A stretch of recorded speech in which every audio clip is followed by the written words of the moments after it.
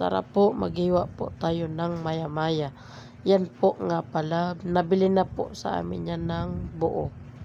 Tumitimbang po siya ng 9 kilos po yung isang buo na yan na maya-maya. Yan po, tinanggalan ko na po siya ng mga bituka at saka yung mga palikpik guys. Yan guys, tinanggalan ko ng bituka. May itlog pala siya guys. Medyo maliit lang yung itlog niya guys. Yan, nagugas muna ng kamay.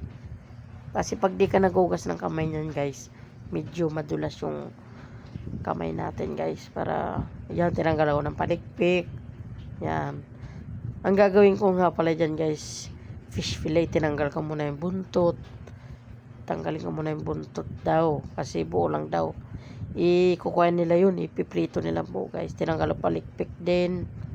Yan, nilinisan ko muna siya guys bago ko fish fillet yan guys. Idadaing ko siya.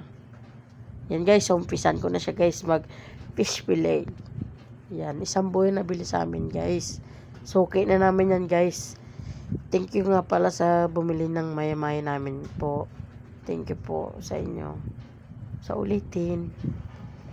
Nabili niyan sa amin guys yung mga soke namin guys.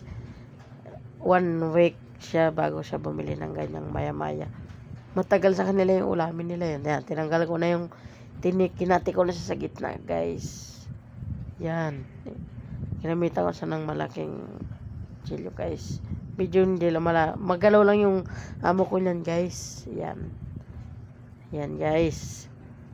Hindi ko na siya tatanggalan ng balat guys. Yan, tatanggalan ko na ng yan, ganyan lang ako maghiwa ng isda guys. Tinanggalan ko yung mga dumi-dumi. Yan, tanggal yan. Para wala masabi yung mga soke sa mga soke namin. Malinis yung pagkagawa ko guys. Yan, next naman yung isa. Tinanggal ko palikpik. Yan. Extra naman. Tanggalin ko naman yung tinig dyan guys. Guys, panoorin nyo guys. Thank you. Morning po, morning sa lahat. Thank you for watching. Mama chup chup.